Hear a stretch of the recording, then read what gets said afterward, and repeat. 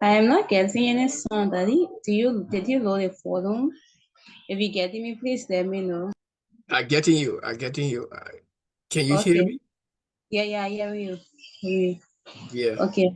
I was not getting anything. Yeah, I have. Okay.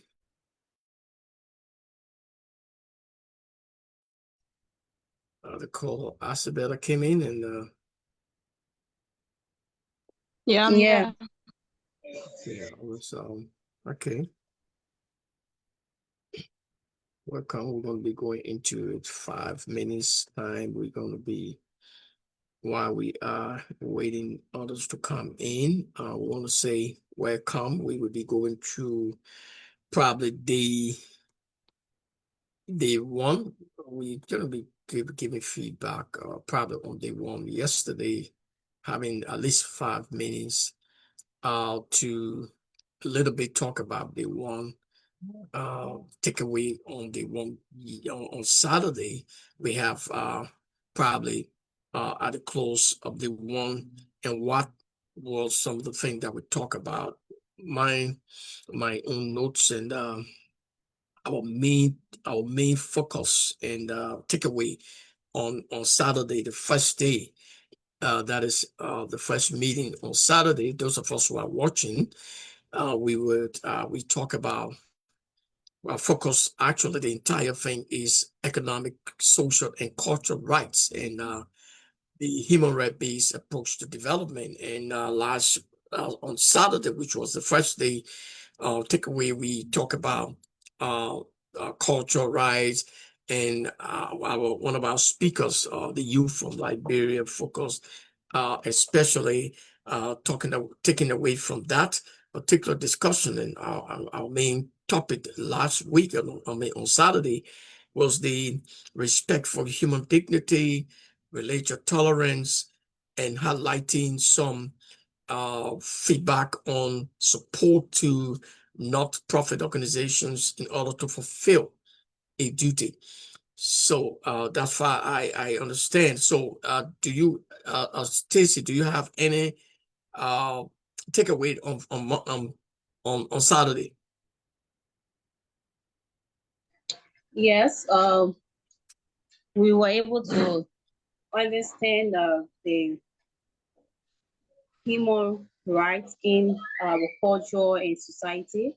We took a lot of things, understanding from our mother based on the way how we hold our leaders accountable for things when it comes to the human rights based issue and what comes our economic factors and some of our our contributions to the human rights, and we talk about the SDG goal. We talk about some SDG goal. We talk about what related to gender equality, quality educations.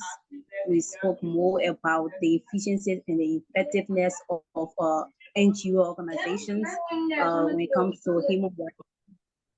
So there was a lot of discussion that we had. Our mother was able to give us some good feedback from on a perspective side of the US, how things are run properly.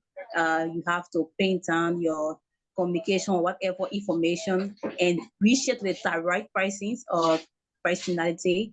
And then we have to talk about how things run in Liberia also, how some of the work that people want to do and you want to take is sometimes delayed due to lack of getting to the right hand or right pricing or getting the right information. So there was a lot to learn as well so far.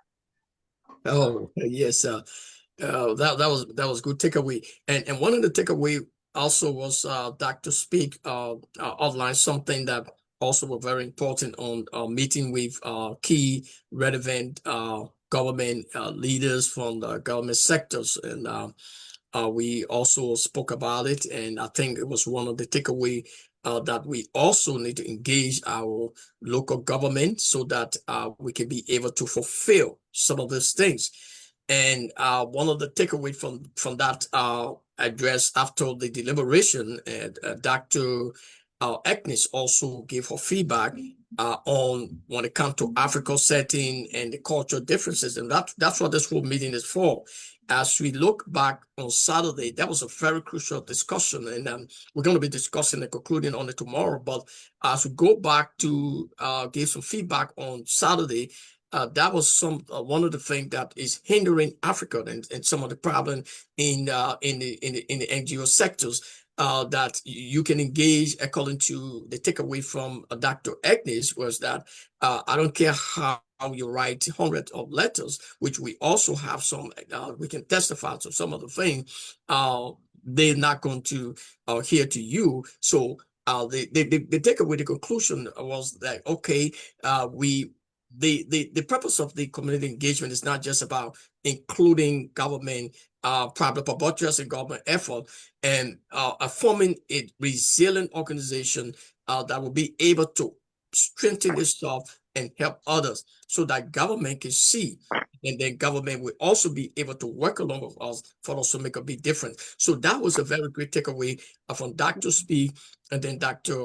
Agnes on Saturday. So we said that, yes, it is true that all of us have this problem.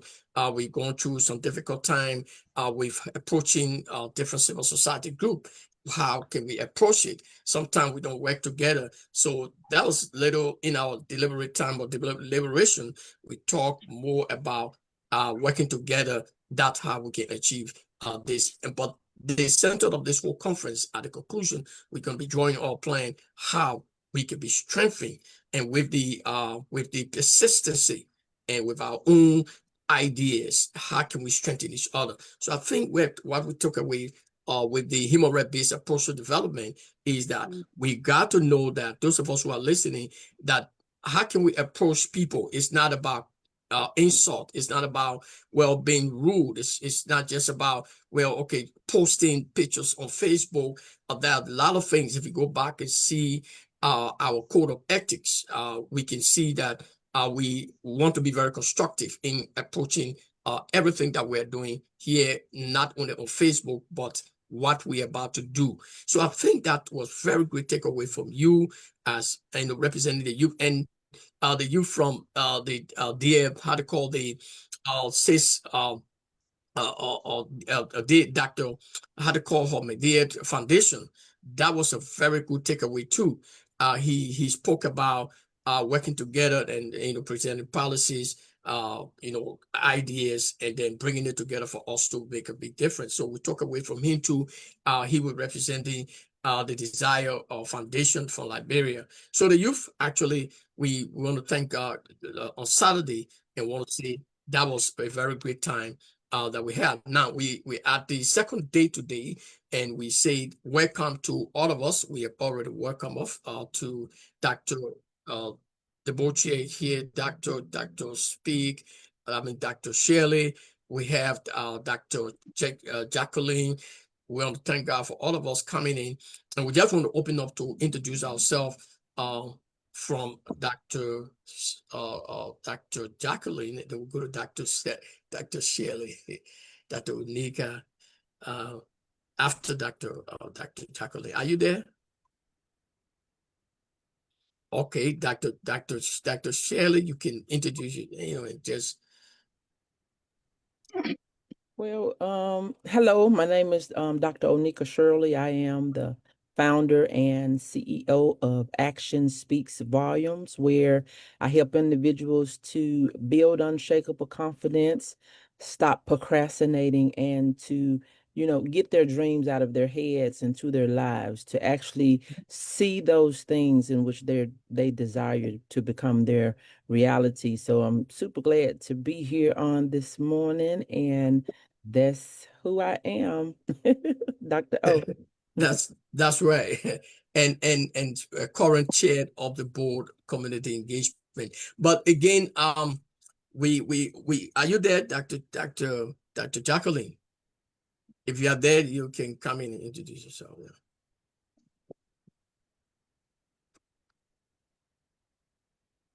You are muted. I apologize. My phone was okay. on No mute. problem. 1 second. Yeah. Yeah, actually, yeah, I had sent a good afternoon, everyone. Good afternoon. So I did send a message, but I jumped on because I wanted to listen in today. I didn't know exactly Oh yeah, what okay. day. Okay, no problem. Yeah. I understand. Because You're I'll be in and out, and I wasn't sure because I saw the flyer, but I You didn't know told me exactly what day was I on. Because you told me definitely. Yeah, you told me so you can just be no problem. You can be listening and be in and Okay. out. You're most welcome. Yeah. All right. Thank you. Yeah, you're welcome. Bye. I'll just mute my video for now because I have to just. Yeah. Sorry about that. I'll be listening. No problem. I know everybody can be busy. Yeah, I know. Thanks. Bye. You're welcome. Yeah, so we want to say welcome to all of us, and again, we welcome you to the second day. Those of us who will be coming in, we know that time is fast spent. We're not going to have time like once we are here, like last week on Saturday. Once we observe the time for those who are here finished speaking, we go to our roundtable, whatever we're going to be discussing. We're going to absorb our time and leave on time. If you actually done and probably you have something to do, you can stay leave, probably because everybody have some different schedules. If you can be with us until the time or come in later before we end, fine. So I think that is one of the best thing we can practice so that we can be able to give others time if they come in, fine. But we're going to be discussing as we go through this wonderful day. So we want to, again, those of us who are watching, we want to welcome you to the second day here at the community engagement. We're talking about the conference 2025.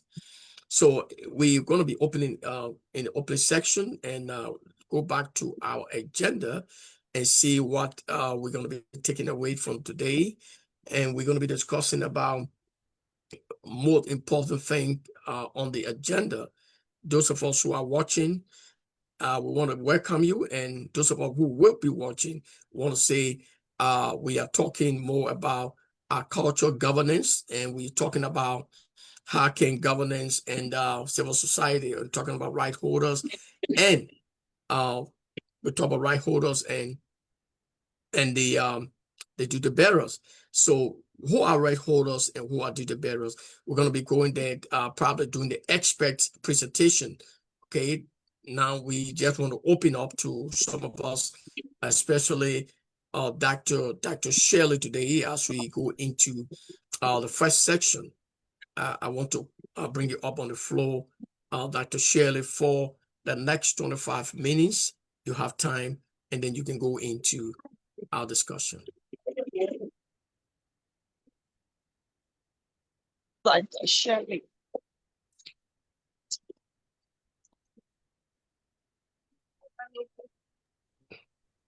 Okay. Okay, so you're ready for me? Yes, sure. Okay, awesome.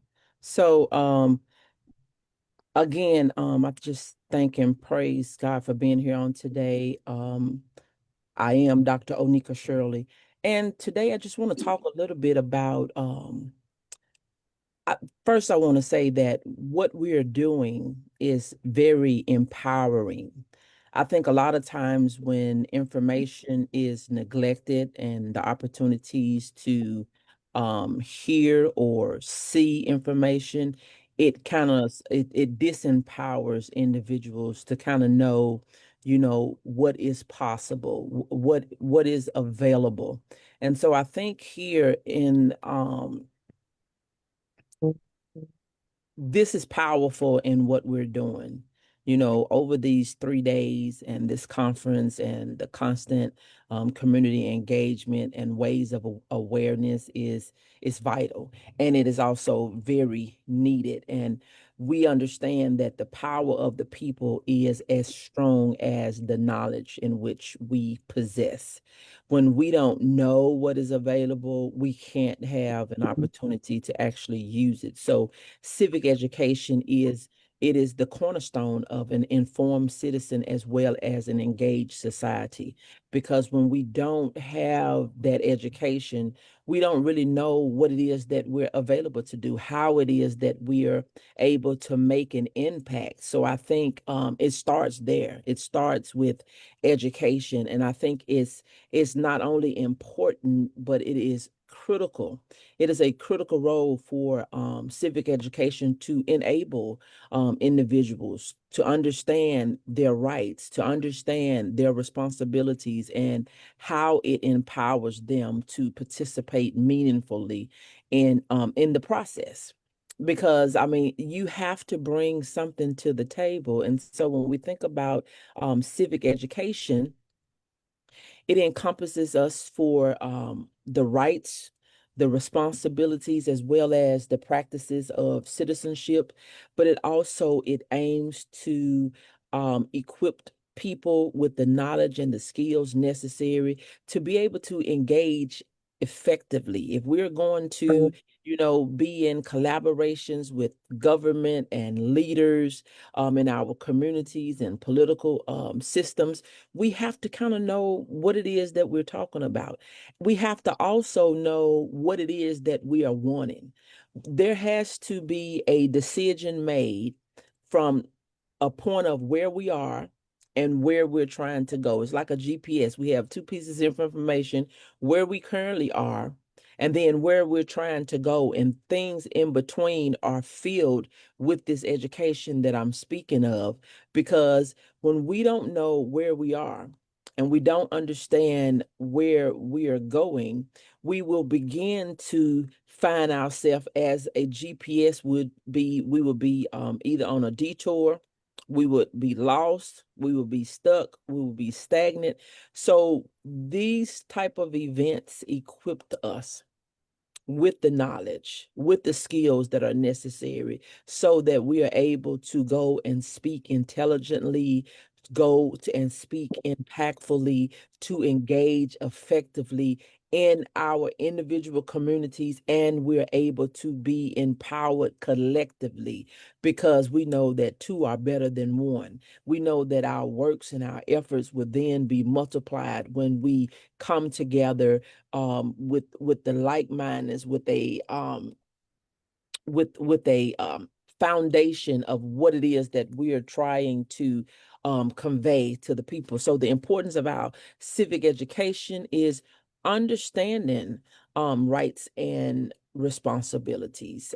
Again, inform citizens about their legal rights, their civil liberties, and the responsibilities that comes with being a part of a democratic society. Yeah. That's where we're empowered at. When Yes. you know what your right is by being humane, by being a part of citizenship, knowledge of the right to, vote and what all of that entails. That's just an example, but we have to know what our rights are, because when we don't know what we're entitled to, we will find ourselves lacking and not benefiting from the benefits of being who we are. And that's why a lot of times when I speak to, building unshakable confidence, we build that unshakable confidence. It's not to be cocky, but it is for us to be proud as human beings, knowing who we are in Christ, who we are in Christ. And when we know who we are in Christ, we know what we're entitled to. So therefore, we will not settle for what society desire to give us. They want to give us crumbs when we can be eating from the table. So I think it's important for us to know what our rights is, and therefore we can act accordingly. It is an encouragement where this allows us to promote critical thinking, where we don't have to just adopt everything that somebody else gives us. God gave us 5 senses, and he is not at a point where he's opening our heads for somebody to pour us something in there when we need it, but he gives us knowledge, and he gives us knowledge, and we rely on him for the wisdom, and we do the research, and we attend events like this so we can become educated.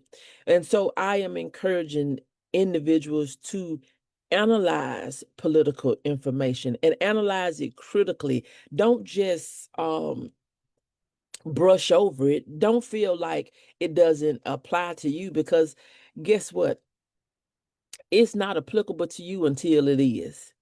And sometimes when we wait to be informed in the time that it is needed, we don't make sound decisions. We miss out on some of the information. So as we like to say, we always have to be ready and not get ready. And we be ready by becoming informed. We be ready by becoming educated. We be ready by asking for wisdom and being in environments like this and reading and participating where we can, because what that does, it would also debunk misinformation.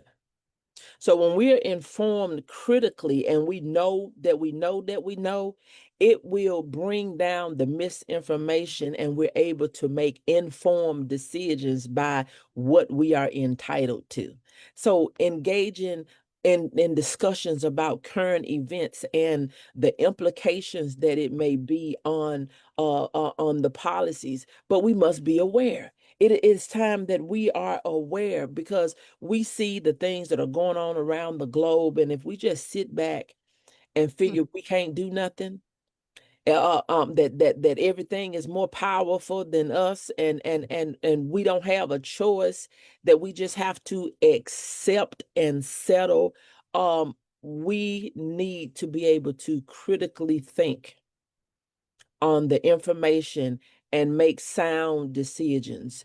We need to be empowered citizens to be able to participate in electoral processes, be able to participate in community services and civic activities.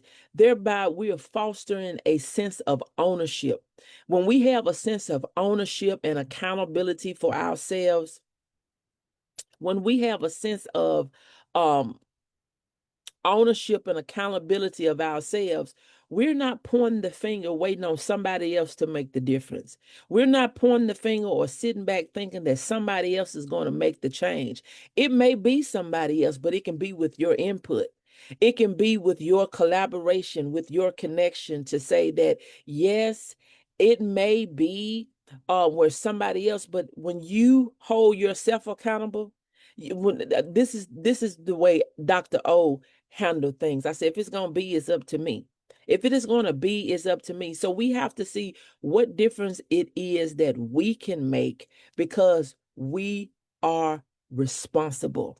We are taking on that ownership, and we're not looking at it don't have anything to do with me, not my problem. If we make everything our problem and we're responsible for it and we have a sense of ownership, it gives us a drive for accountability, because this is a reflection of me.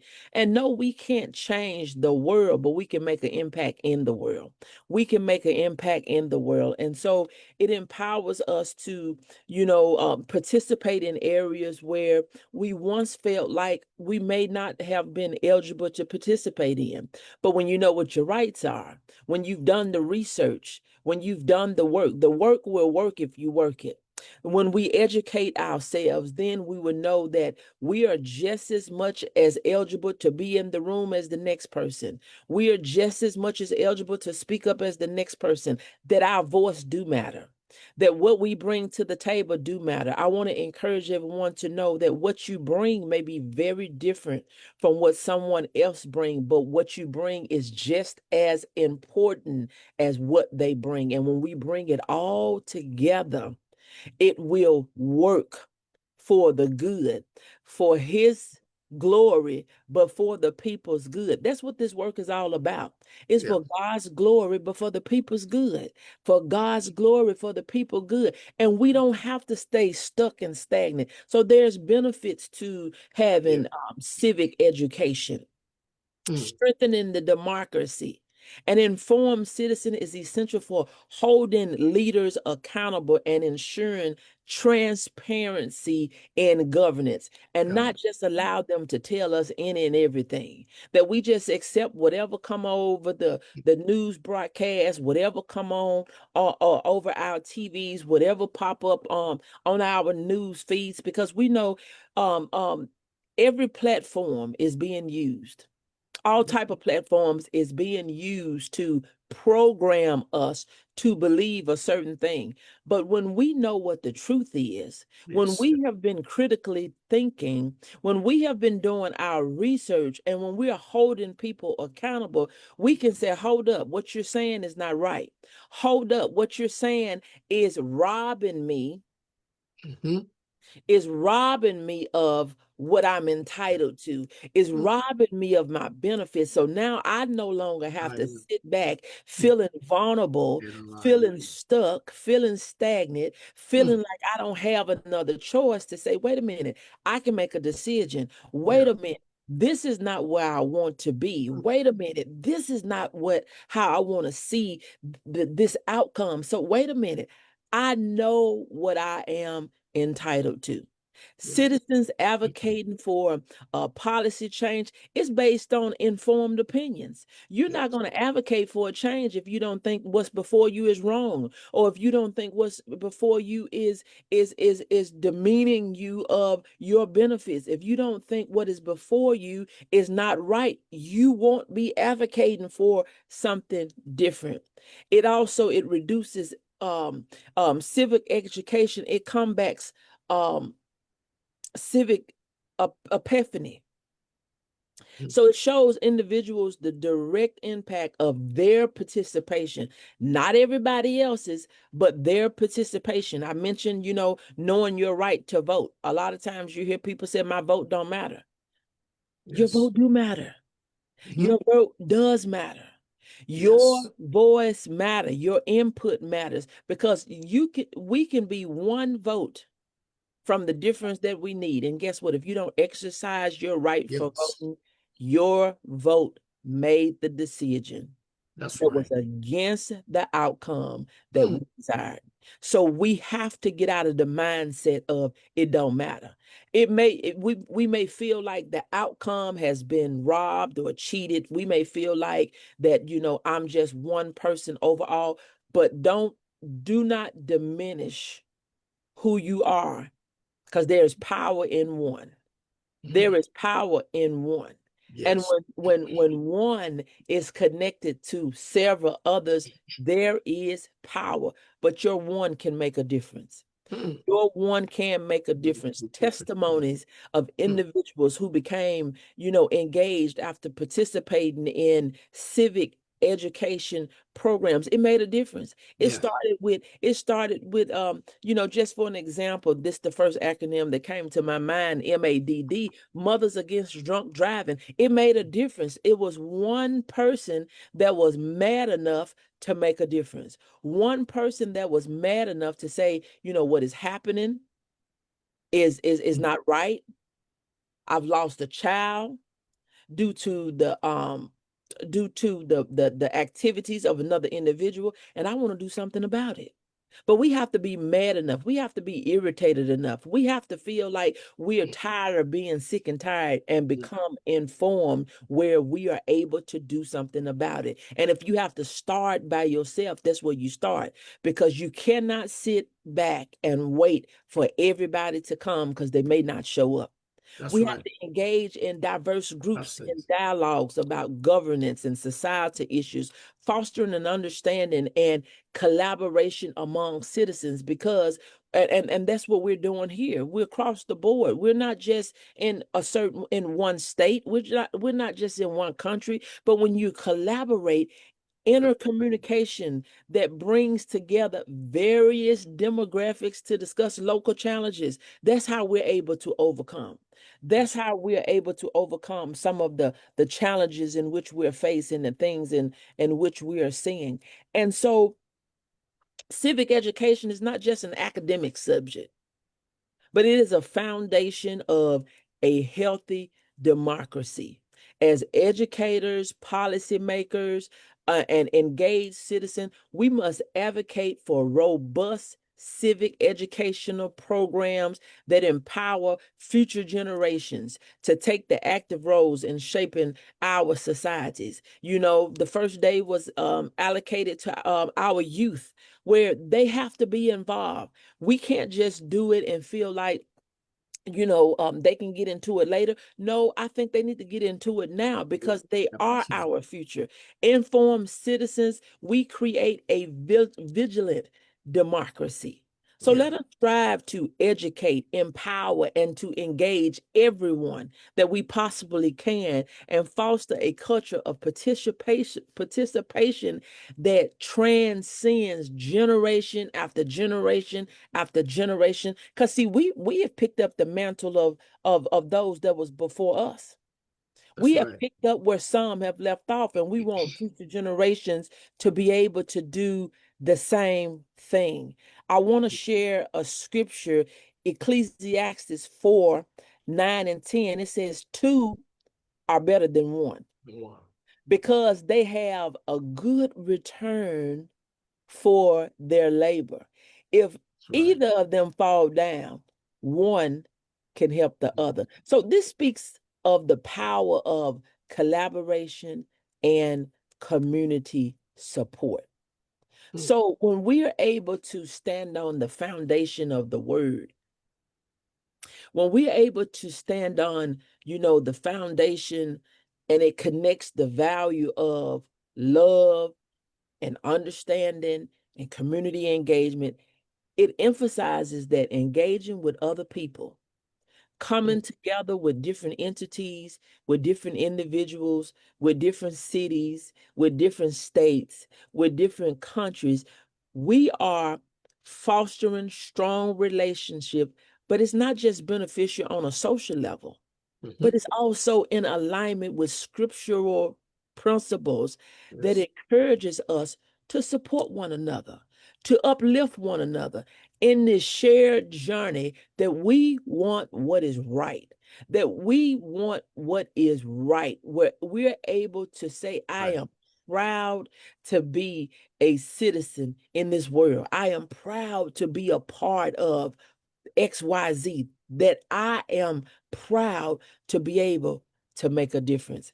And so as we continue down this road on today and tomorrow, and as we wrap up this this section, that we just that we find ways, and I want to say this, because like sometimes when we are informing individuals, we don't want to shove it down their throat. We want to share it.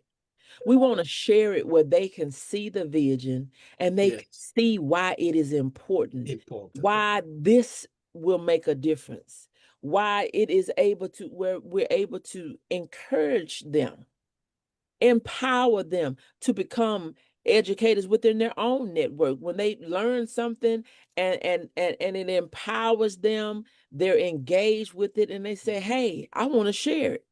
Yes. I want to share it. I want to, be like the trainer, where the community leaders, they learn about civic issues and then they can share this knowledge with other people. And that's how we're able to multiply.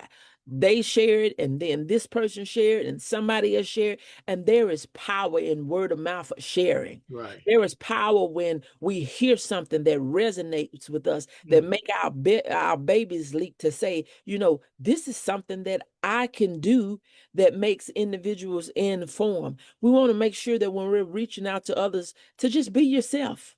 We don't have to be nothing else but ourselves. And you're a great you. Just be yourself, authentic, your authentic self. It helps you to build trust. It helps you to build rapport. And it makes them more likely to want to engage, want to hear what you have to say. So share your motivations for wanting to connect and share your motivations for the interest in which you're talking. Share your perspective and then ask them, what do you think about this?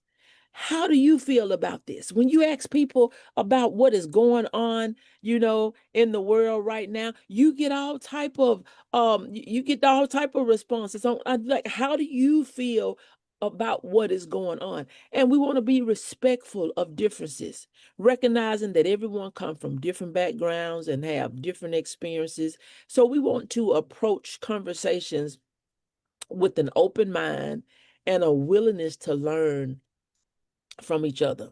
So when we're discussing sensitive topics, we have to be mindful of different viewpoints and emphasize the importance of respect and dialogue. So strengthening each other and engaging effectively with others, it involves patience, it involves empathy, and it also involves a commitment to fostering a supportive community. And so by implementing these strategies, we will be better equipped to approach individuals, promote civic engagement, also create a culture of collaboration and informed participation. And ultimately, when we work together to build relationships and empower one another, we create a stronger, more connected society. And so as I'm leaving, I encourage you to educate yourself. Participate where you can. You can't do everything, but you can do something. We can't do everything, but we all can do something because we all have a purpose. And when we are educated, we're empowered. And just think about how you feel when you know that you know that you know that you know what you're talking about. You're more willing to talk about it. When you know what you're talking about, you're willing to talk about it. So let's get educated. Let's wrap arms together because two are better than one. And when we empower each other, when we become engaged, when we go out and we're speaking in record number, we're holding our leaders accountable, but we're also holding ourselves accountable. We have a sense of ownership. We can make a difference in the world. We can make a difference in the world. And I'll leave you with this quote. Yes, we can make Ricky, a difference in the world, and I want to add to that quote. We can make a difference in the world, and those of us who are watching, civil and education is very important, and I want to highlight some of the more important points that Dr. Shirley spoke of when it comes to the civil and educations, and sometimes when people don't want to go to vote or probably don't want to take part in some very crucial issues that relate to their future. They say, well, I'm not interested. So that is very crucial in our society. Okay, as we, raise awareness, we look at the young people, like we empower, when we're talking about empowering the youth, looking at the next generation. When you look at civil rights and people who understand what it means to have a governance or to have somebody governing you, how to respect them, why it is true that we have rights, like she emphasized, we have responsibility. Each citizen are responsible to take decision, and that decision must be respected by the local government and civil society. As we also need to respect government, but trusting government effort will not mean that we need to disrespect government, but we need to also understand that we need to hold government accountable, because the people we talk about are the people that most need it. So when you go to talking about election, whether local, whether it's just a kind of whatever election, you got to be encouraged. And that's one of the points she stressed out. You got to raise more awareness to encourage people to take part in their local elections and whatever thing that is going on in the community, because at the end of the day, it's going to come back to us, because we did not actually take part. It could be one person, two person, or a whole group of people. And that to speak, there a whole group of organization called a church, right, that don't believe in voting.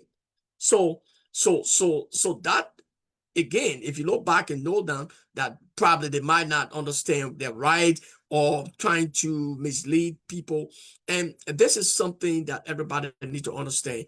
Everyone has a responsibility to make that choice. And that choice is something that if you don't like it, well, it also affects you. If you like it and you don't want to do it, it still affects you. And so what is the result? And the result of everything we're talking today is means we can be part of it. We can take part. Raise awareness. Those of us who are civil rights leaders, raise awareness. Have several, like you talk about, these workshops and different training workshop where we train people to train others. Okay, and that is how we can spread this message. It's not about one person. It's not about, well, okay. And one thing we stress here is it's not about politics. It's about responsibility. So if you take responsibility, then you know that your responsibility in that community is all about for you to take action, and your action must be able to yield fruits. It's not, well, I want to take action, but I'm weak because of no empowerment, nobody helping me. So we are here to strengthen each other. Let's believe that. And thank you, Dr. Shirley. We thank you for that great deliberation. And we want to call on Dr. Aces, says one of our guests here. Yes, I'm coming for you. It's very inspiring message, and I want to call on one of our speakers. She will be coming on later. Tizzy, I know that you will be coming on later. Let me introduce brother. It said participant here today. We have Asibella. Is it Asibella from Liberia? Are you on? Yes, I'm here, sir. Okay, you can introduce yourself and give your take on, for at least 5 or 10 minutes, your take on the deliberation of the speaker today. What do you think? Yeah, my name is Isabella S. Wesley, and I'm from Liberia. And what I take in understand is that we need to work together so we can do the right thing and to make sure everything is in order. And once again, I want to appreciate her for her speech. Okay. Yeah. Okay. Thank you so much. Brother, what do you take of our brother just from Kenya? I'm so much interested in this platform. My name is Brother Josephat, brother from Kenya, people who don't know me. What I get in that when we work together in unit, we will make a change in the community. And when we make a voice out, it will be helpful, but rather than being quiet. Yeah. Because if we make a voice, we will help to those who are not ready to talk to for their life.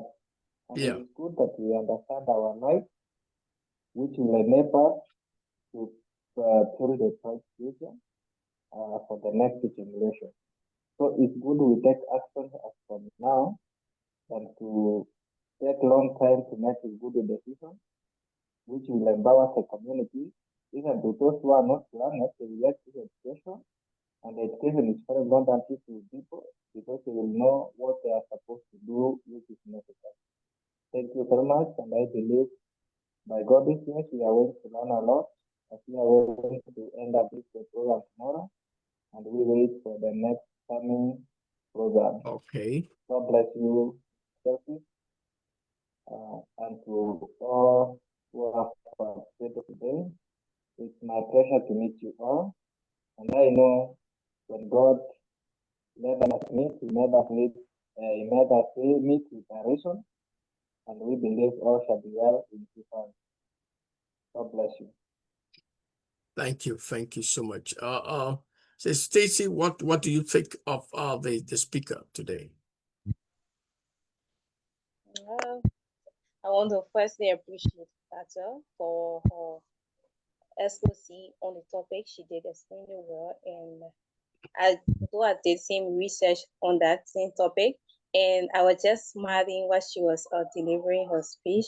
It's important because she talked about civic education, she talked about civic engagement, she talked about we holding leaders accountable, and as well as ourselves citizens, we have our responsibility, we have our right to speak, our voice need to be heard, we need to take actions.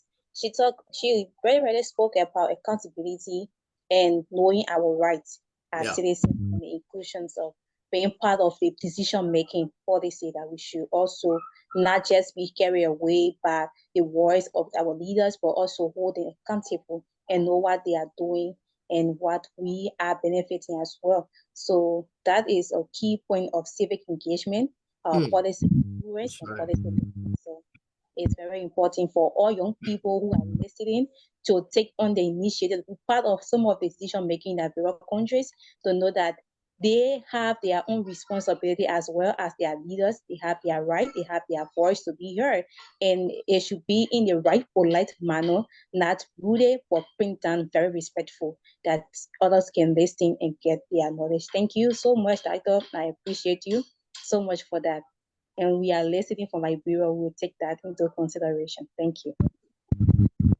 Thank you so much, Dr. Shelley, and welcome, Dr. Agnes, wherever you are, just coming in.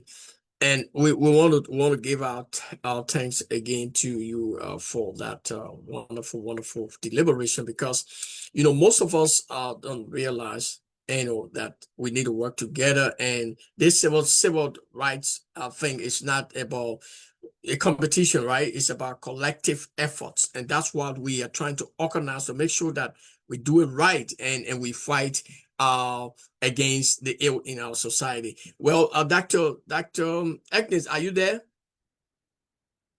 I'm here. Okay. Can you come in and introduce yourself? I'm in a noisy area. Yeah, I can see. I can see. So yeah, I'm in the road trying to get to my place. Yeah, no problem. Well, we give you excuse if you probably want to be here until whatever time. I will listen. Okay. So but again, we want to say thank you for, because we know that thank you for having me. Thank you. You're welcome. And again, those of us who are watching, we want to say you are most welcome, and we're going to be again going to our experts probably presentation, and we want to ask one or two questions. If you have questions to ask, let's have maybe 5 minutes of a time to ask questions. Then we will be giving ourselves a little time and go straight into our expert presentation here today. Do we have anything to ask question about? Let us okay, we have Isabella here. Okay. Do we have So if no question, let me ask you guys. I'm not asking the speaker. I'm asking, what you think as civil right or duty bearer, I mean right holders. Let me put it to right holders. What do you think right holders can do? Let's forget about us being civil society leaders. We're addressing it as if we are just right holders, people who are citizens. What are some of the things that right holders can do in order to support what you are doing? So you're speaking as a right holder, right? I'm speaking like a right holder. What do you think right holder can do in order to support what you are doing?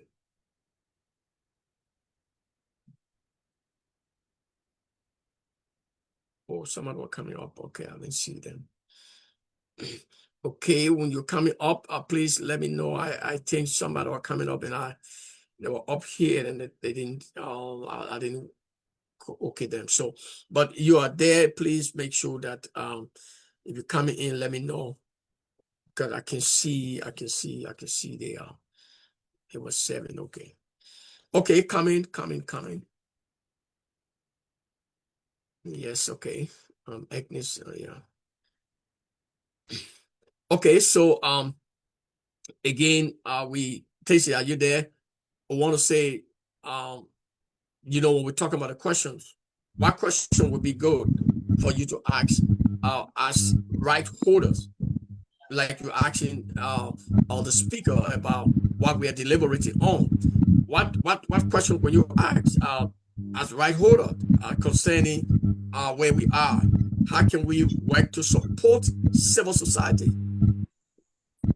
Yes, is for me for that question, I will say firstly, as a right holder, we should also know our responsibility and know some of the challenges we face and be able to work with the or duty bearers in making sure everything is well in place when it comes to human rights, it comes to agriculture, it comes to the fairer fees, because we're looking at some of these challenges the right holder face when it comes to the farmer, the communities, when it comes to claiming their rights at agricultural development. So we will say it's been helping them doing the right thing and making sure everything is in place to help the duty barriers on the right track. So it's just about collaboration with one another in doing the right thing for the communities and as well as the country. That's right. Okay. That is a very okay. So that to speak, we listen very active and very strong deliberation. What you think civil society, and right holders, how do you think the working relationship should be? Civil society and right holders. I think right holders have a responsibility, but we also have a unique position. Are you hearing that feedback? I'm hearing some really bad feedback. Yeah, I've seen some feedback somewhere. So if you're probably okay, let me see. Okay, I think it went away. But I think right holders have a responsibility, but also have a unique position, because when you have that unique position, we are able to support the efforts of others in our communities. We're able to support, I mean, like this event here, uh, by attending, that is a way of support. By, taking action, being here, listening at what is being shared, and then you can go out and actively advocate for collective rights, for sharing information. I think that's important. And as I highlighted earlier, how, we know that word of mouth is still the best way of marketing. When people are aware, we share all these other things. I think sharing this is very important. But participating in the initiatives, fostering inclusiveness, where we're not shunning others to the side, but bringing them in and including them.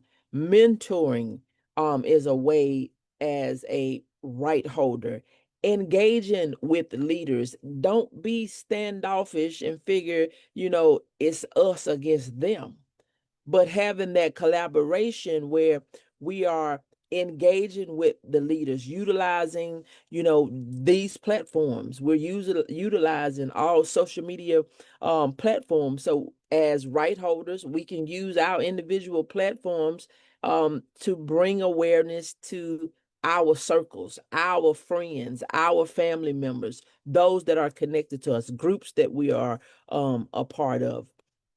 We also play a crucial role in enhancing civic engagement, fostering a just and ethical police society where we are equal. And so together with these combined efforts, that's what we can do to create a significant change. And it also promotes a stronger, more inclusive democracy, again, where two are better together. So I think just participating alone as a right holder makes all the difference in the world. And it would take the message farther, faster. It'll take it in places that some of us may never go by just being engaged and sharing it out to our communities. You're on mute, Pastor. Yes. Okay. I know one of the things you just said, what we are doing here, if I've not met with Dr. Agnes, I've not met with you physically, but here we are and we are engaging. And that's why I make it more important. And people would not understand that this network is not only meeting physically, but when we meet, we are sharing globally because it goes beyond our border. So that will make it more important. So, getting, making everybody to feel their presence, not because, well, you are in a culture or in a different zone, so you can't get involved in some of the things we're doing. And that way we come when it comes to these social media and freedom for this whole thing called internet freedom, so that people up there will have freedom. How can they have freedom? By supporting them. Some people don't have even data to come on live, and those are things that is very crucial. And we can share this message, like you said, to people that we are never seen. So we want to thank you for that, Dr. Speak. I want to go strictly to if anyone else have a question, fine, you can ask your question, and then we're going straight into our expert kind of presentation today from what we're going to be talking about. Okay, not to waste our time if we don't have. I just want to go straight into our time. If we look at where we are and understand what are we doing here, this is one of the most important parts in, when we discuss about agriculture, the center, looking at engaging government, civil society. Agriculture is central to food security, poverty reduction, and sustainable development. So human rights framework provides a lens for justice, accountability, and equity. So we focus on understanding the relationship between duty bearers and rights holders in agriculture and development. So as we look at this section, we're going to be actually looking at how do we, if you are not muted, you can mute yourself. You can mute yourself. I'm seeing some feedback coming up. So right holders are actually duty bearers, and right holders can work together. This engagement, like holding your government accountable. How can you hold your government accountable when you yourself, you are not probably resilient or probably prepared to hold your government accountable for some of the things? The framework, providing this kind of framework, like after this meeting, there will be a framework, but how can we fulfill it? How can we make it to happen? Focusing on understanding the relationship between duty bearer. How can we really understand that relationship if we ourselves don't have a system?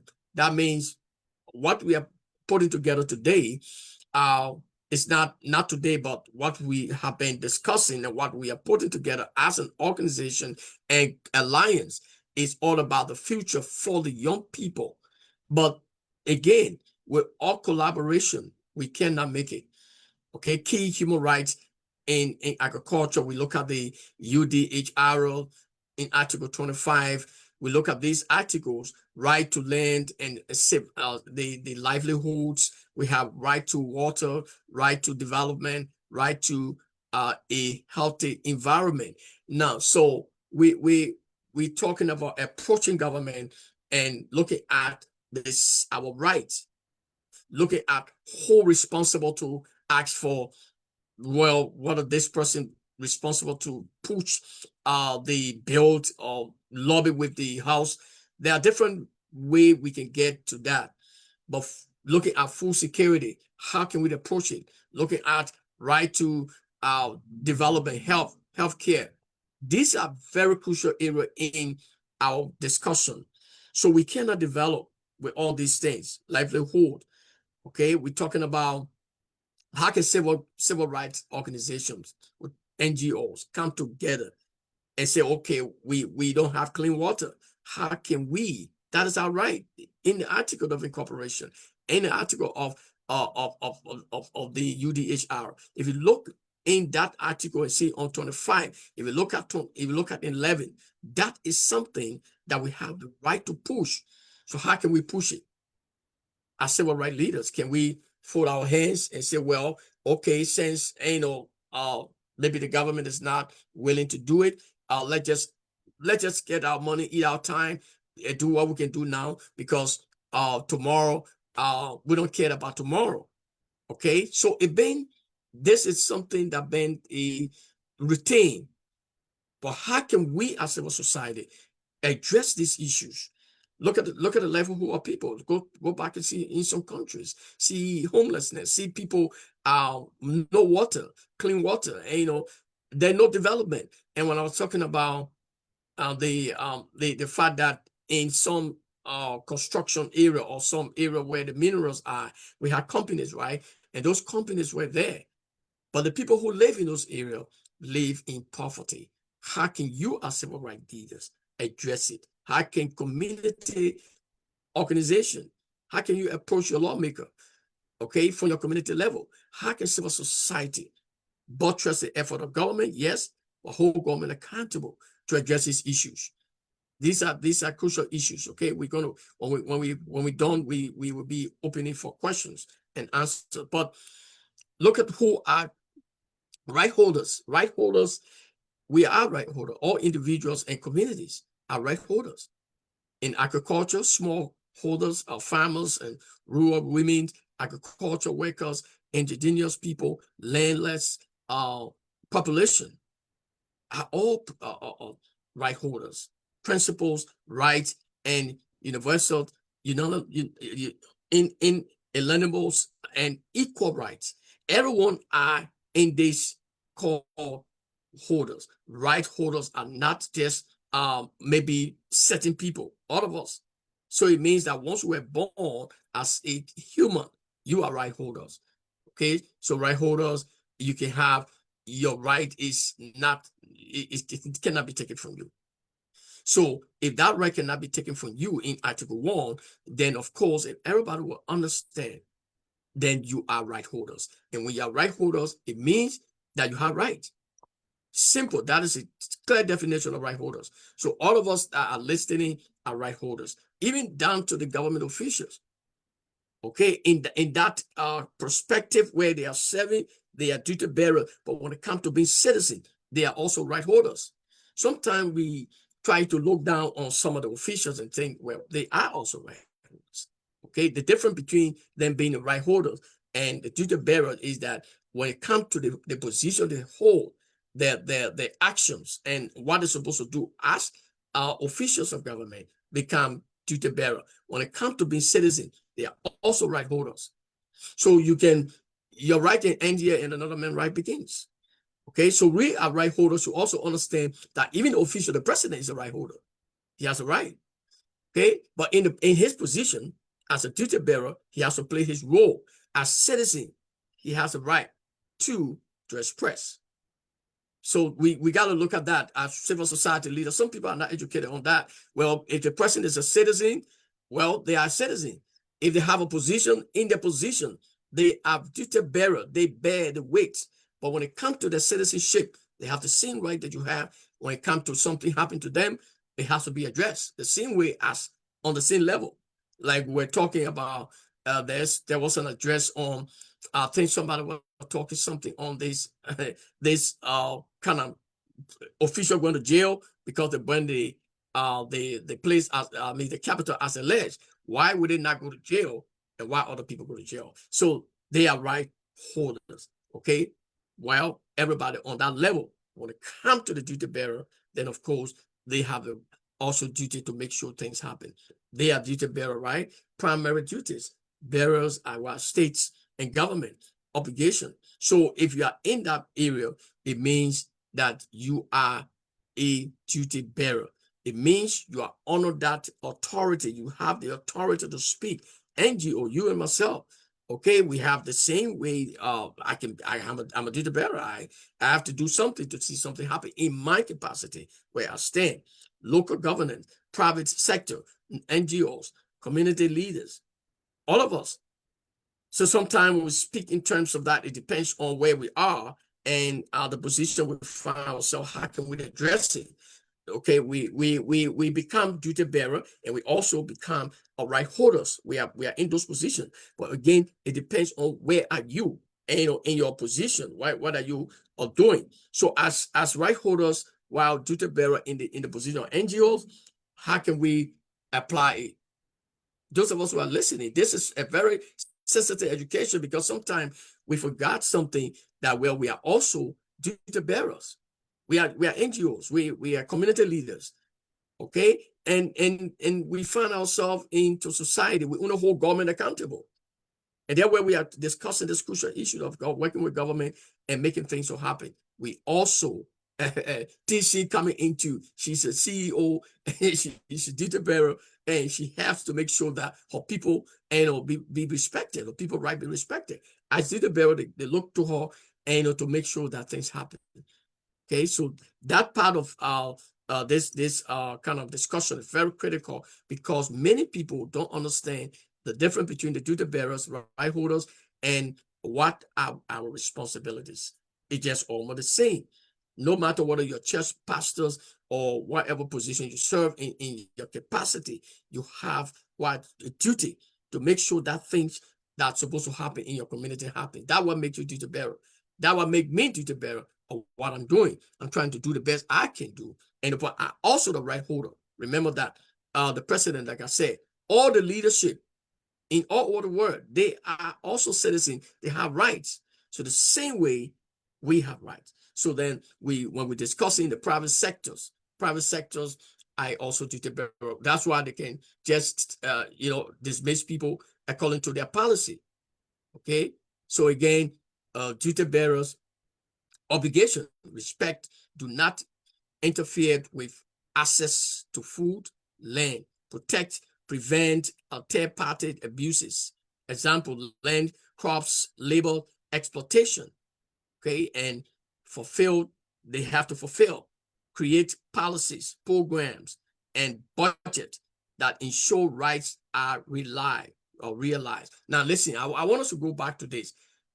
During the old time, during the time of when we were a little bit not too open with some of the things that we're doing, right holders or duty bearer was a little bit, we couldn't understand it. Now, if you're looking at fulfilling what government needed to do, look at the word fulfilling. Now, let's agree that we all are duty bearers, okay? And right holders might not have the time to see all the things that we see. So we see as civil society leaders, and we represent our communities. So how can we act? How can we fulfill it? Now, government comes in. Government, like some of the policy we're talking about, creating policy programs, like we talked about yesterday, budget. When you look at the school, there are schools in Liberia, in some of the country in West Africa, private schools that are not subsidized. Okay, and what happens? It creates probably inflation, school fee going up because they have to pay their teachers. So in other words, we as civil society leaders should not be only looking at one side when it comes to exploitation, when it comes to exploiting our resources or exploiting the labor force, people to like in child labor and different things like that. We got to address it. Okay, that is our right. Duty bearer has, that is their duty to make sure that the citizens are protected. So where there's no protection, you as a right holder have the right to go and make a petition, and not just to start protesting. No, you can start engaging from your community level, from where that problem is. If you want to be subsidized, well, those are things that government must do, because what happened to the private sector, what happened to the private schools? If school fees, we're going to be talking about that in most of our things here, because I will tell you, more private schools have a problem with paying the teachers. And we don't address it because if we want quality education, one for everybody to be in school, one for people to feed the persons, then we got to look at that too. So those are things that government must be able to fulfill. Okay, somebody will say you can't do it alone. All over the world, look at how private schools private kept the school fees up, and what happened. Now in the West, you get access grant, okay, and something. But in Liberia, how many NGOs? We're talking about subsidizing NGOs, different groups. How many NGOs have been subsidized? It been, maybe I would say, they say it sometimes it's a clique. They only do it to feel. So those are things that we need to be looking at, because it is our right. And it is the government responsibility, duty bearer responsibility to subsidize, especially the private schools. Those are things that are very crucial. And people don't realize that when you see private school excluding and trying to exploit, sometimes they just carry the school fee skyrocket. Well, because they got to pay their teachers. If they look at all that, it's also go along with expensive. Those are very crucial issues that civil society leaders have to look at very closely. Subsidizing private schools, okay, and NGOs. That's one of the recommendations we will be making at the end of that meeting in November. So those are things that are very crucial. How can we do it? We got to be together. That's something that we know that is right. That's something that you know that government is supposed to do. Okay, so right holders agency, okay, right holders can claim rights through advocacy, like what we are doing, and legal system, organized into cooperative unions, movements, hold government and companies accountable. So like we're saying, we can hold companies accountable, right? Let's agree that in one concession era in one of the African countries, any part of the world, that is on child labor or using people for something that they're not paying them for, we as the Community Engagement Alliance and group of NGOs can write that companies and file a complaint to the government. And that's the right of the people who live in that place. Okay, so right holder have we have right, but we can make sure that how to engage it, not to do it as if we're fighting government. So right holders can claim rights through advocacy. So we as the agency and different civil rights institutions, NGOs, are there to help them to understand, educate them, not to politicize it. And I always tell my friend, this is not a political thing. You can't politicize it because you're part of one political group. You can help the community by engaging in civil rights education, hold government and companies accountable. So, like example, the landless workers, and we have the movement in Brazil. We know what movement, what thing they did, what achievement, farmers and the unions in Africa, what achievement because of the engagement. So you can push in for something, and you have resilient leaders. We have leaders who are there to back you. Besides the leader, you have the law. Beside the organic law of the country, you have the universal law, which is what we we talk about. So you can push, and make sure that you lobby. Sometimes people talk about lobbying, right? You can lobby with your legislature. You can lobby with your lawmaker who you elected. That way, when Dr. Shader was talking about our rights, okay, there where we come, we can also be able to exercise that right, lobby with our lawmakers. In Africa, every part of the world, talk to them, present petition to them. That is our right. That is not something that we're begging for. That is our right. And it's their responsibility to see it happen.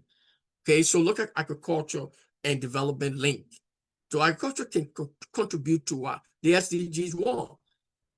Zero poverty. You can't say zero poverty, then you don't have the kind of mind of being developmental oriented in order to change that kind of atmosphere of things that have been going on. You cannot. Agriculture is one of the center, as we discussed. Okay, so we're going to be talking about it. SDG 2, SDG 8, the decent work, and we have SDG 13 and 15, climate and actions and life on land. So without a rights-based approach, like we said, the human rights-based approach, agricultural development can worsen inequality, dispossessions, and food insecurity. Because if we don't approach it this way, that means the right way that is the human rights-based approach, is we will not get it right, because there will be no emphasis on rights. There will be no document data to prove that they have a right.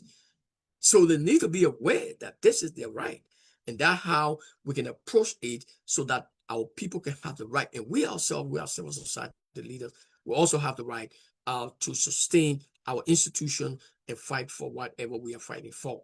So case study. Okay, we look at Ethiopia. We look at right holders, small holders, farmers, big kind of impact in duty bearers, government, land tenure. We have policies, not NGO training, like what we are doing. These are things that will help to extend, to expound knowledge, to bring people who have the expertise. We can be together, like Dr. Shader said. If you have and I have, we bring it together. Whether your own look ugly or good, those expertise are needed in order for us. That is shared vision. That is, we have different NGOs here, we have different civil society here. So coming together with this expertise can help us. Lesson learned, secure land rights, empowered farmers, and boost food security. Yes, those are things that people in community, leaders, all of us need to do. How can we secure land right? Go back and know your land right in different culture. We have rights, but then we have responsibility how to engage these issues. So case study in Liberia, we have rural farmers, and we can see rebuilding livelihoods, duty bearers, tax, agriculture policies, donor support. If you go back and see the current government, I think, if as a leisure, it's right that it purchased 280 yellow machine for agriculture. And then so that is another way, to prove that the government is ready to make change when it comes to agriculture. But you and I can hold government accountable for other things that is more necessary to change the future for our children, especially the youth. So let go down, and then now challenges: weak governance and corruption, land crumbling and large-scale displacement, gender inequality in land ownership, climate change, threatening food security, weak accountability mechanism. So as we conclude, before we can go to questions and answers, looking at these challenges, you can see its prevalence in many African countries and many parts of the world. Why? Because these are things that we need to approach. Okay, some of the practices, some of the things that we're trying to put together to see that NGOs, and all of us know Not, it can be as alleged because of our own experience that NGO are always not together, especially when one person want to be certified to enrich themselves and forget about the people who they serve. Okay, so this is all. I just want to end right here on this expert presentation and open the floor for question and answer because of time. The floor is open for deliberation, questions and answers. Yeah, Kina coming. Thank you so much. Yes, you're welcome. Yes, but on this discussion, well, a few things that I would like we look into for our side. We have government representative discussing on policy framework and implementation challenges. We're also looking at civil society representative, highlighting the experience of rights holders and advocating for their rights. And we also look at private sectors, especially when it comes to the private sector exploring on collaborations and social responsibility with businesses and human rights principles. So if we're looking at the academic researcher and also analyzing the impact of agriculture development on human rights and propose evidence-based solutions.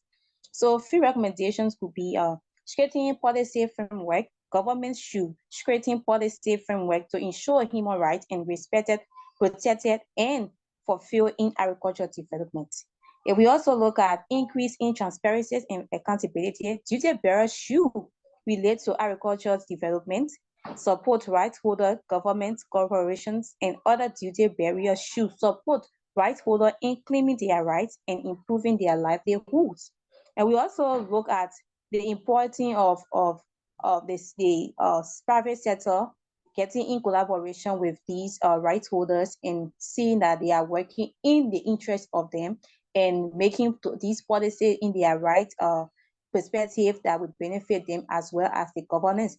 So for my question would just be, how can we, when it comes to the key study on land grabbing, how do duty bearers ensure the land process respected the rights of the individual community, and how are farmers really beneficial to that? Because when it comes to the land aspect here, we found out that farmers are always on the map of getting the rightful land being used and whatever. So what are some of the practices government are putting in place to help these farmers with the best need of land to practice on these farm work to carry on in their interest instead of them getting a lot of losses? So if we're looking at the labor rights, what measure the government have placed in place? What measure can duty bearer take to protect their rights as agricultural worker, or practically inform or strategy they can use to help them? So I just want to know, because our farmers complain on several things happening on the land. So what are some of the measures the government have put in place for them as well? Oh, that's a good one. If you look at different, like we talk about cultural right? We talk about different cultures, and in our culture in Liberia, we have different land disputes, and government need to give rights, especially to farmers who having the mind to invest, especially in large scale farming, so that no one will come tomorrow to come to claim the land. There will be no land dispute. Government need to look at that, and also government need to have subsidies. That means grant for different agricultures. Like I heard as alleged that the government is having to propose the EJ raw billing for the agricultural bank. So those are steps, that you have where farmers, small or large scale farmers can obtain loans and go for loan and get access to every individual, not that to be no discrimination where somebody got to be passed through bureaucracy or denial of rights of owning land to have to do agriculture. Because like we said, if the SDG, and that's what some of the argument of SDG 2030, if you look at where we are, all the countries, only 4 countries that at least have meeting up with that SDG 2030. So where are we now if we speak of agriculture? So those are things that are very crucial. Give everybody rights, so that they can own land. especially to invest in agriculture and empower them with tools. If then down to our international community speak like what we're talking about here, one of the strong pillar of this organization is agriculture. So how can we do it? We can only do it by getting grants and opportunity to be able to help other organizations. And that's what we need to be talking about. Because government, if government, the duty bearer, which is responsible to do it, if we want to see the zero food, to talk about hunger, zero hunger, then of course we can open it to every individual who have the expertise. Even if you don't have the expertise, we can train you and make sure that we empower you. Because when more people are empowered in agriculture, we'll have opportunity for people to learn, opportunity for people to increase in the food production. So I think those are crucial issues, and also to have the law. You see, one of the weaker things that we have and things that in governance is that we have the policy. The policy is there. If you open the book, you read, you open our constitution, you will say, wow, we have everything. But what happened is the policies that are not being enforced, the law is weak. Okay, the judicial system is weak because of probably, we say, greed. We say probably people corrupt and they don't want to see the next person up. Okay, so if those places are tied, that means you have a strong judicial system where the judges and people who are responsible are standing to protect with dignity. Then I'm telling you, we can do something. Okay, those are areas that are very strong, especially land owning. How do people own land? Why should people fight over land? Who really own the land? Now go back. Those are things that we need to go back to. Yes, fix it, but give right to more farmers so that we can be able to expound in development. And that, I think, one of the facts when it comes to culture and human rights based approach. Yes. Okay. So any more questions? Yes. Yes, I have a question. I have my hands up. The topic is very sensitive because when you talk about farmers, they are the source of the economy. Yeah. And there has to be some incentive put in place for farmers. Yes. That's one. Like the US. The US have huge incentives for the farmers. Yeah. And that encourage people to want to be farming, to want to go into that aspect of the of as far as agriculture. Because if we don't have food security, we'll suffer of hunger, we'll die of hunger, you know. And we have the vast land, we have good land, we can farm. Yeah. But what's the encouragement are we giving the farmer? What's the incentive? What's the government doing to encourage them?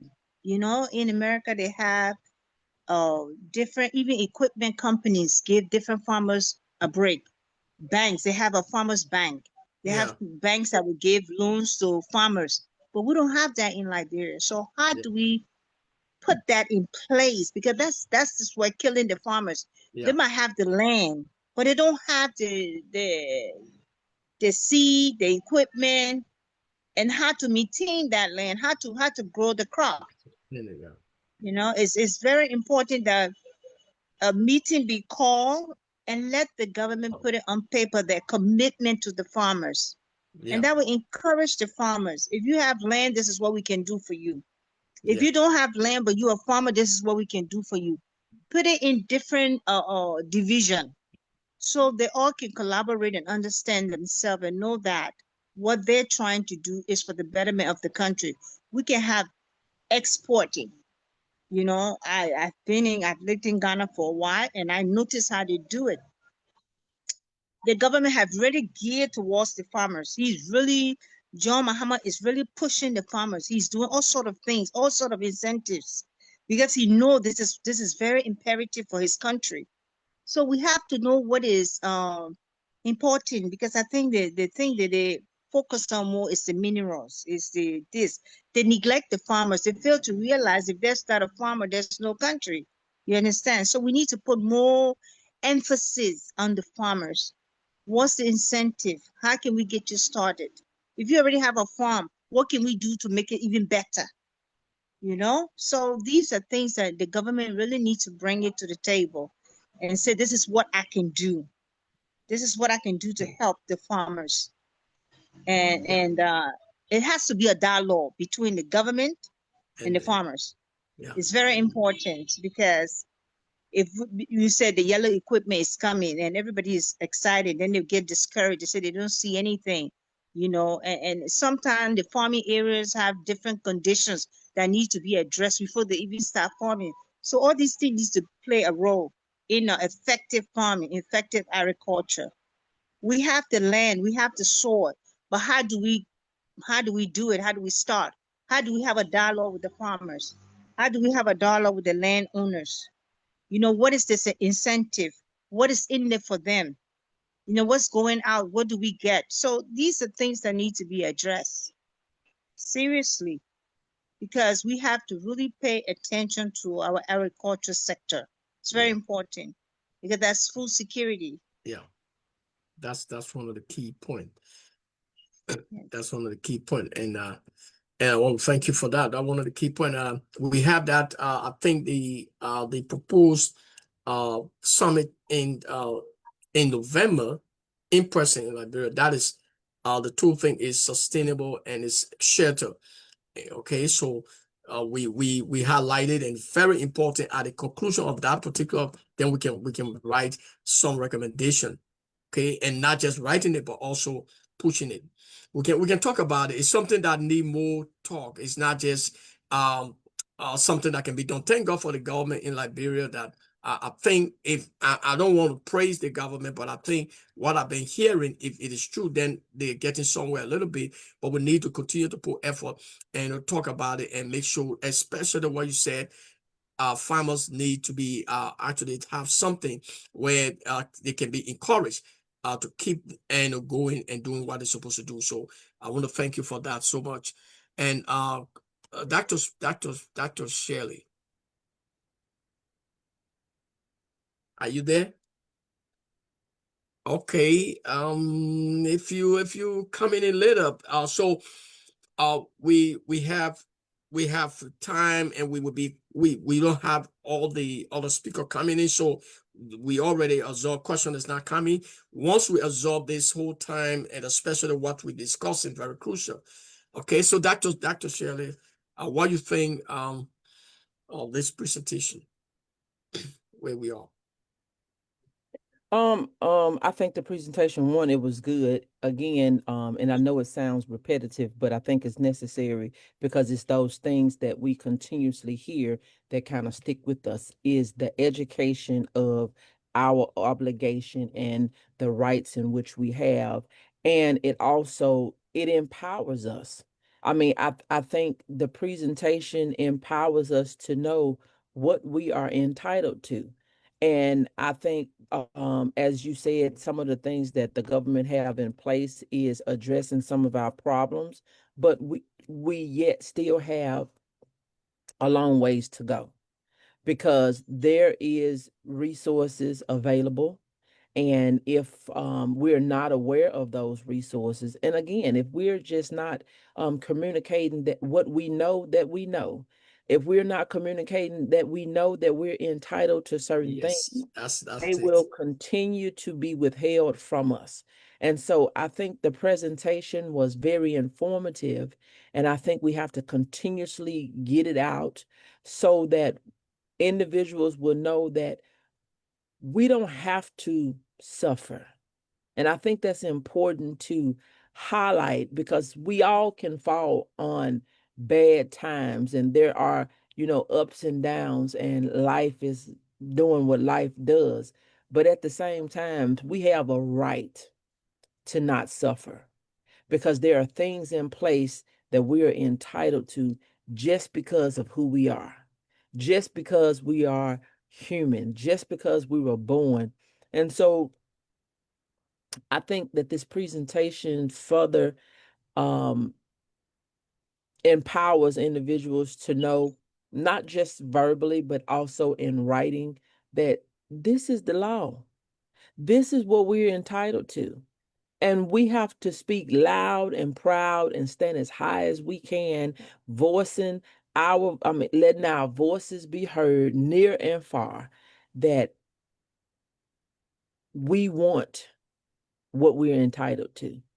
We want what we are beneficiaries of.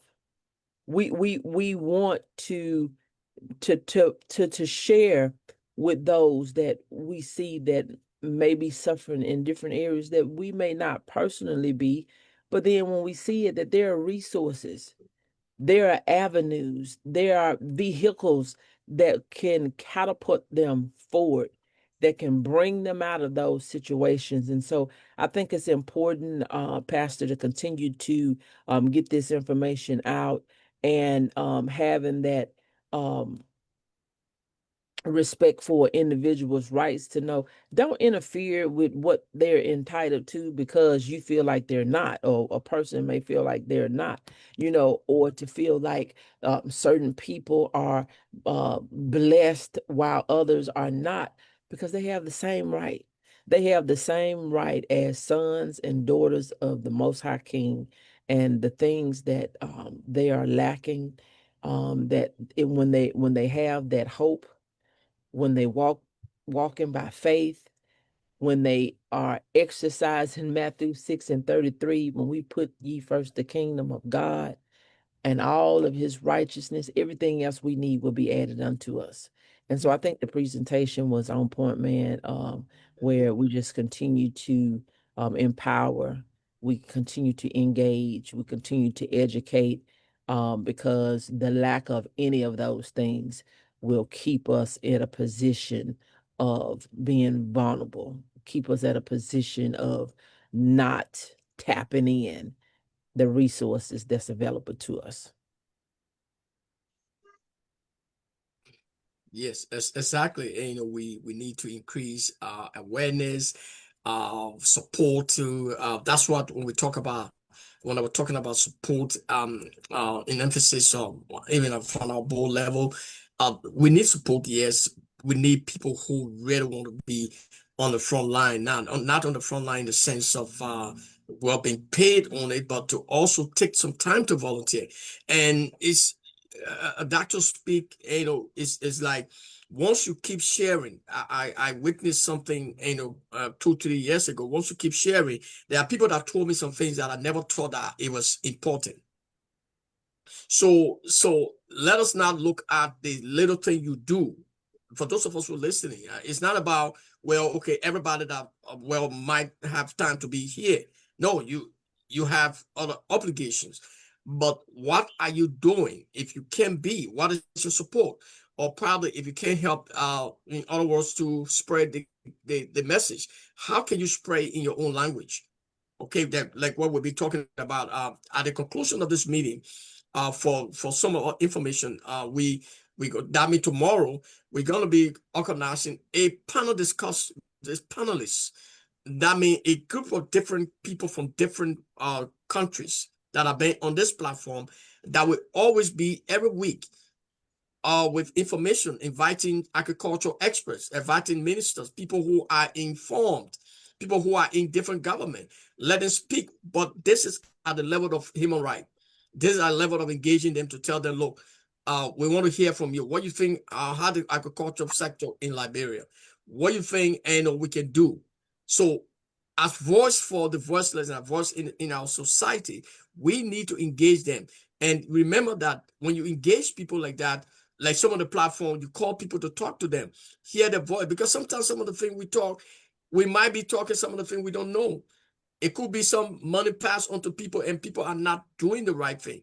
So that's what this whole engagement is for. So when people are not doing it, that's because I'm talking about it. Somebody will come up tomorrow, the person will hear it, and the person will say, wow. So it means that the other machine we sent to Lofa County or to Kenneman or in Freetown or in that place. So it means the people have not gotten it. So the thing we are doing here is not just about only informing you, like we shared, the experts are sharing here on the presentation. If you look at the right holders and know that you too have rights, but you are also a detail bearer as probably a person who have a position in whatever you are doing. Your duty is to serve your people. So again, we want to thank those of us who are coming in. We just have by 2 o'clock, we're going to be closing today because we want to make sure that everybody's voices are heard and we are absorbing the entire thing here. So we call on what the name? Asabella? I want to know your name, Asabella Sonny. From Yes, yeah. my name is Asabella. Okay, yeah, I getting to learn that name. So what you think from the presentation? What you take off? Yeah. Firstly, I would like to say thank you for that great presentation. And understand that duty period, your obligation is to protect, respect, and fulfill the right to know as right holder. And also you need to take the positive step to enable right to be enjoyed by individuals. Yes. Okay. Yeah. That's right. Good takeaway. Yeah, Good takeaway. thank you. Yeah. The part of the right holders and the duty bearer, because they're where all of us are. When we talk about the elections or we talk about electing officers in our community, some people can say, like Dr. Speak said, Dr. Shirley said, some people can say, well, I'm not, able to vote, right? Or I'm not doing it. But then at the end of the day, all of us can suffer if we put the wrong person. So, and those are things that we need to engage our people, talk to them, and know that they have the right. Okay, we are right holders. The president himself of any country is a right holder. Okay, in the capacity he served as a duty bearer to make sure tomorrow he might not be there. So everybody, and sometimes when I see people insulting individual, it can be like, well, that man has his right. Okay, that woman has his right. The fact that they are leader, they have their right. They are right holder, they hold rights. Okay, but the capacity to serve in, they got to make sure that things will be done. That is their responsibility.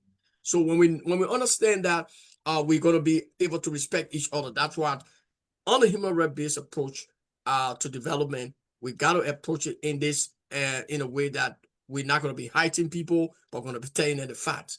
Okay, look at how can we approach agriculture? Like she said, we got to make sure that land is acquired by a government to give to them, all their land they have. We need to empower them. People got land, but they don't have the equipment.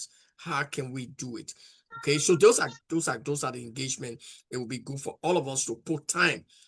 For those of us who are listening, we're going to be concluding. We just called on each person to give 5 minutes time in our conclusion. But those of us who are not here, please, as we look at far back from begins, we talk about the issues of how can we look at governance. Good governance does not happen when the people who are supposed to support the government also don't know their rights or their responsibilities. So those are we all hold a burden. That means we got something to do. So right holders, duty bearers. So we can do it together.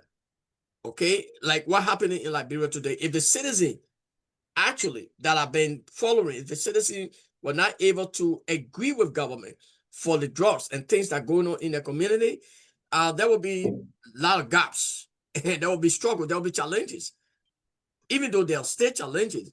But we see that the opening up of communities or people who even that take the drugs now are saying no to it. So that's how we engage, and that's how we encourage people at the community engagement level. We think we got to be constructive in our engagement, and even as we go about this, but resilience and stand to hold government accountable. There should be no friendship in our discussion when it comes to good governance. There should be no friendship. There should be no brotherhood. Because it's our brother, so let it go and forget about the people's right. Let hold them accountable, but let not insult them. And I talk to somebody back home. I say, look, the best thing we can do, engage. Our constructive engagement is not about insulting. Well, you got to be talking something that maybe you are teaching the young people, and we are trying to take it over to the youth, right? So whatever thing we do here, they are following us. So we got to be constructive in engaging our leaders. Again, I want to thank you for all of us for coming in. I want to fall from each of 5 minutes of your time in total closing. What you think in our takeaway from the entire meeting, and what you think we can do to conclude this meeting tomorrow. Starting from Dr. Onika Shelley. All right. Well, again, I think that we have to have strategies to kind of overcome the barriers and to enhance awareness. And as we've said, time and time again today, that education and awareness is vital. Where we can communicate, where we can conduct community workshops and seminars, or just informational sessions. That's a way to educate farmers and agricultural workers about their rights, using accessible language so that, they'll kind of know what you're talking about, having that interpretation of what is going on, but to be culturally relevant and have that information to communicate the complex legal concepts. So, I mean, it's not, it does no good to have a right before you when you don't know how it is applicable to you. How does it apply to your situation? How does it apply to your current need? Having doing the community works where you're in partnership with local organizations. You may not have all the resources in which you need as an individual, but you can connect with individuals that have the resources. You can be, as we say now, you can have boots on the ground. You can have hands. And I think it's important, even with this organization, if we didn't have the opportunity to share this meeting, we can go to Pastor Jarvis's page and share this out to our platforms. Guess what that does? That is a way of participating. That is a way to get what is being said over to to get it over to our friends, to the people that's on our list. And what that does, when individuals hear it, they share it, it gets into their network. And so we have to utilize technology, because we may not be in Liberia, but this message can go to Liberia. This message can empower individuals in Liberia and Pakistan and in this location and that location. So utilizing social media, mobile apps, websites to share information about rights and resources in their local language. We want to create easy to understand infographics. You don't want it to be so complex that it is so combobulated that one, they would not read it or even try to understand it, but you want it to be easy to understand. Have basic rights related to agriculture established and outlined.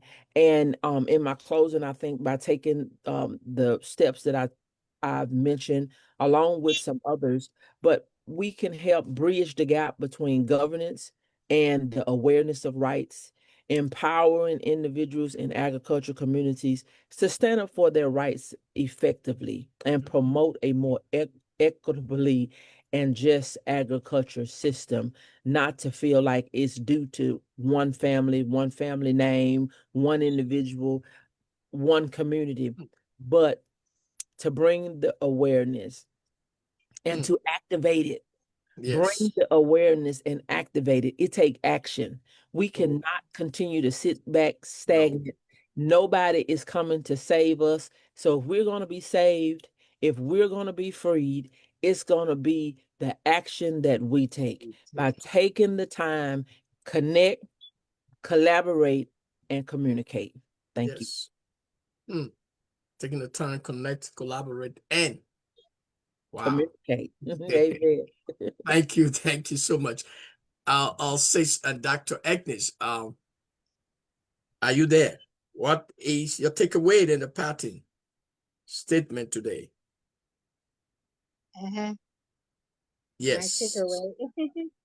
My takeaway, I'm glad, like Dr. Stick said, that it has to be like, in order for people to take this serious, it has to be mentioned on different platforms, just getting the word out, making it a household name, making it a household topic, because everybody needs to get involved. Everybody from the farmers all the way up to the president's office.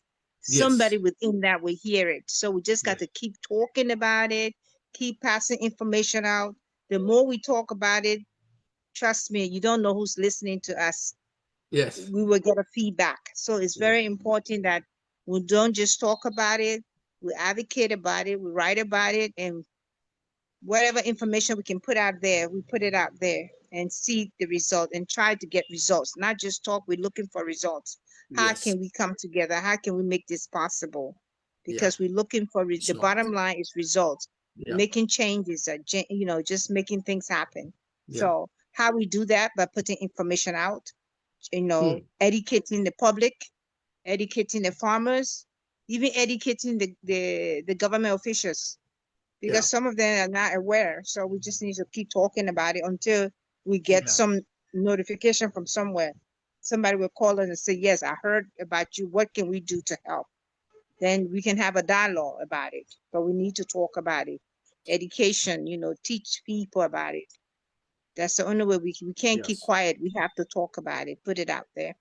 So this is what I got from this. So thank you so much. Thank you so much. Thank You did a great job with the presentation. Thank you. We keep doing this thing every day. Says TC, and what does it take, man? And I'm so excited about the meeting. I getting good feedback. Yeah, I really appreciate you and Dr. Shek for doing so, giving us these informations that Liberians, we are really in need of it. And from what they have said it all. We as advocates, we have to continue advocating. We have to continue giving out these messages to our people we hear. We have to go out. If it needs for us to go in the various counties, we have to reach them, because the information is important that they receive and know their rights and know their obligation and find solution to the grassroots of providing a livelihood for them.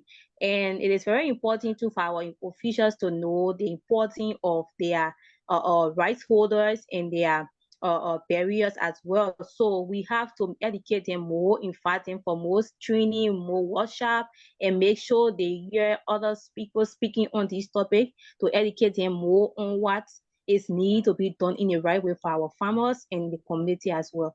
So this is very important. We have to keep talking with our voice be heard.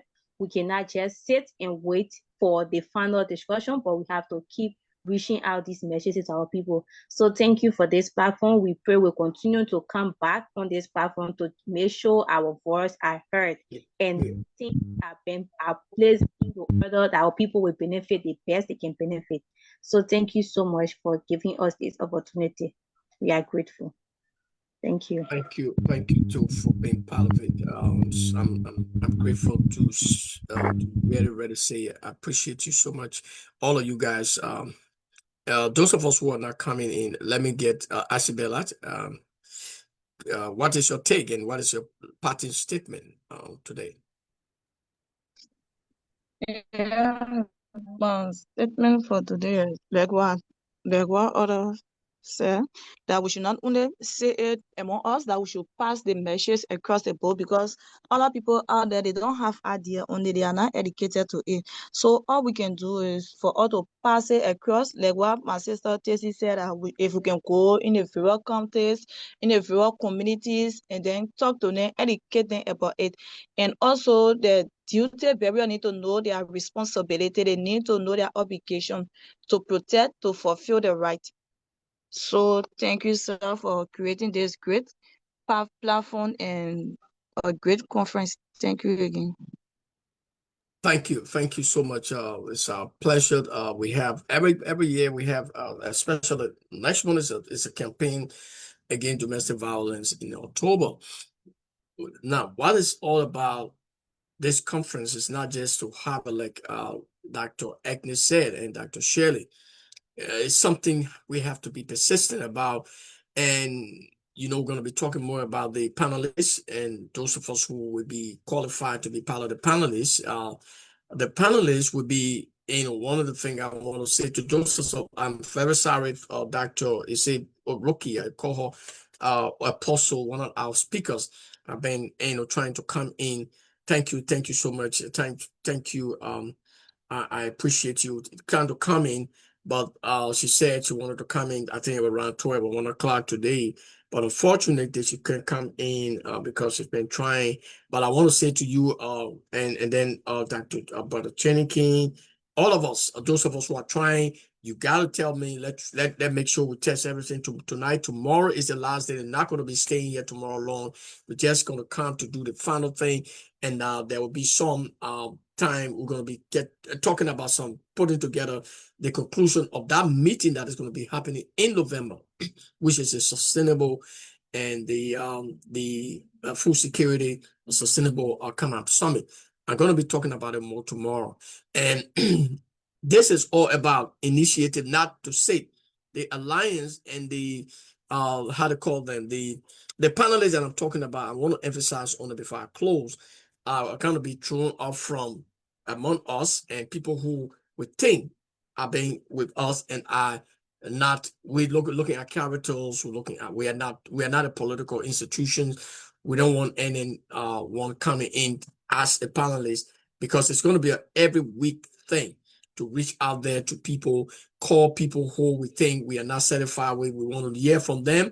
Like most of the talk show, but we are human rights based, and we are trying to engage on the right and perspective of people's life. So, like for instance, we talk about agriculture today.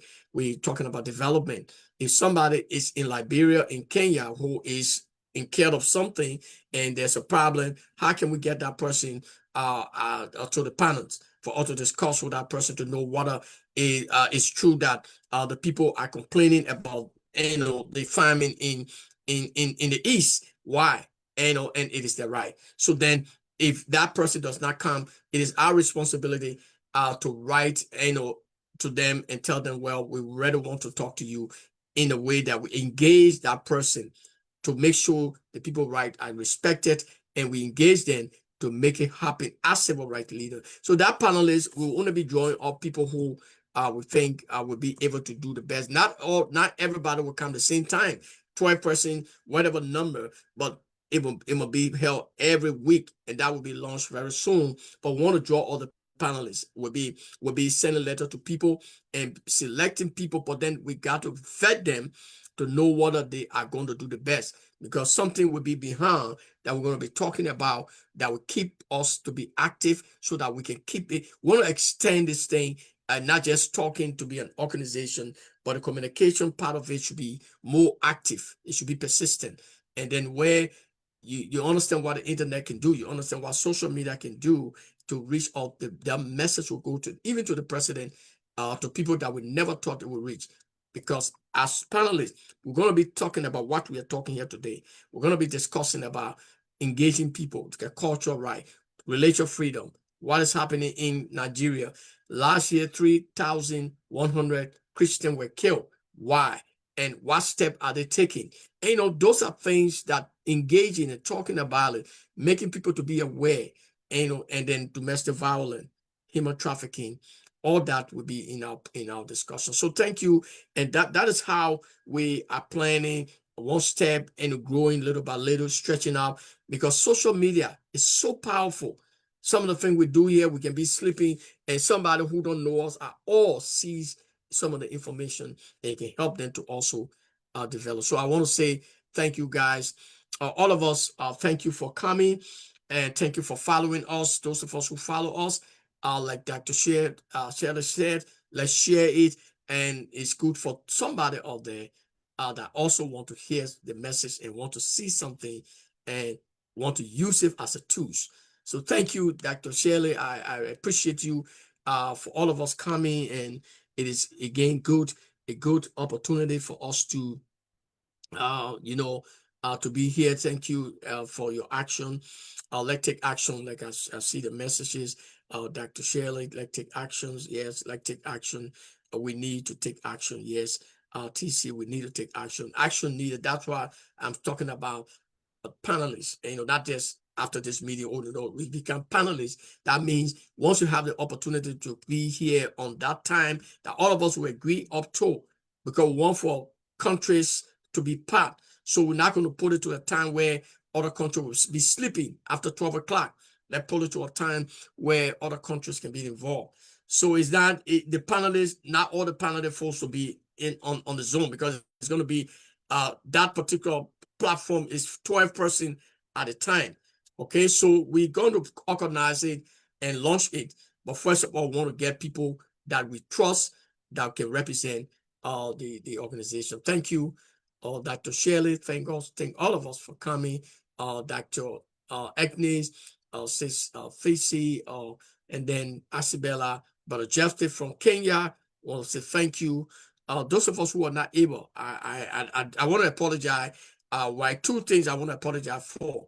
Maybe the one that will go to you is I did not use the same probably link yesterday. Why it is true, but I send link to everybody who's supposed to be in this meeting.